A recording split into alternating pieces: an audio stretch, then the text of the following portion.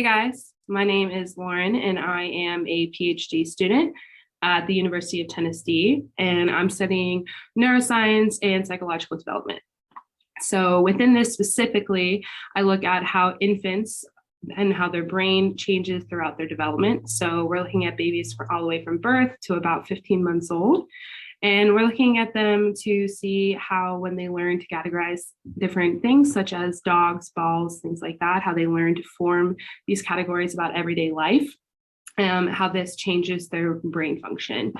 And so in order to do this, I get to use a lot of cool technology, and one of them being EEG caps, which those of you are not familiar with it, it's kind of like a mad scientist thing with a cap that we put on the infants that has over 200 electrodes in it. And we basically measure their brain waves and see how they change when they're looking at things that are novel versus things that they know, and as well as their eye movements, how that correlates to the different brain signals that are coming out. So today I'm just going to be showing you a little bit about how our EEG caps work and what it looks like to run a baby in an EEG experiment. Alrighty, so we have changed locations. This is our experiment room. So we have these blackout curtains here so that the babies don't get distracted versus what we're showing them on the screen, what they'll be watching while they're in the EEG experiment, as well as a mirror. And that's for testing purposes to make sure that all of our stimuli are showing up as they need to. But first things first, let's talk about the EEG cap. So this is what a typical EEG cap looks like. It's a little hard to show. But all of these little round circles here are all electrodes that we will soak in electro solution, as well as some baby shampoo. The baby shampoo is just for a scent thing. So since it's familiar to babies, they're more welcoming to us putting it on their head. But so every single one of these is an electrode that will measure different brain waves that are coming out of the infant's brain. And as you can see, some of them are black and some of them are white. So the black ones are what we call reference electrodes. And what this tells us is that no matter how this cap fits, we have to measure each cap for each baby. And we have a bunch of different caps that range in size. So currently this one is a 44 to 47 centimeter circumference. And we have a bunch that kind of range from there. So this won't fit an adult head because baby heads are obviously a lot smaller.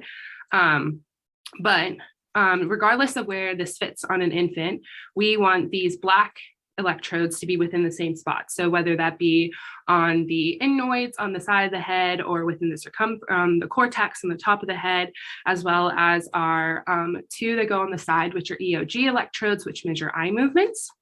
And so when you're placing the cap, you'll just put it right on top, and then you'll kind of move it around, making sure that all of these black dots are hitting the correct circumference and on the right spots of the head.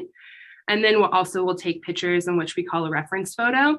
So what we do with that is that we'll put it into a large database, and it basically gives us a map of an EEG cap where each electrode would sit on this particular infant's brain, as well as what brain pattern we will be measuring them on.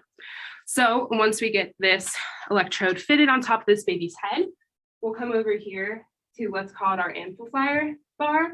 And as you can see, it's on a swivel. It's pretty easy to move. And we'll plug it into here. So what this does is that when your brain is thinking or it's in a process of everyday life, it's submitting tiny electrical signals that these electrodes with this amp will pick up. The amp then amplifies it to create a larger signal that we can then track on a computer. So we'll have this electrode plugged in here, and we'll plug in these what we call silencers. So this is, there's extra electrode holes on the side if we wanted to measure different things like heart rate or breathing tones or different eye movements, things like that. We'll plug them onto the sides, but if we're not using them, we'll place what's called silencers in. And then the baby will be sitting on the parent's lap right here. We'll swivel this chair around. And then, so they'll be sitting here on the parent's lap with this plugged in while they're looking at this screen. I know you can't kind of see it, but there's a TV screen right here. And then, like I said, we have this mirror right back here so that we can have a double check to make sure that all of our stimuli are popping up within the correct time, because all of your electrical signals, we want to base them off of when stimuli are popping up and not just everyday movements or things like that.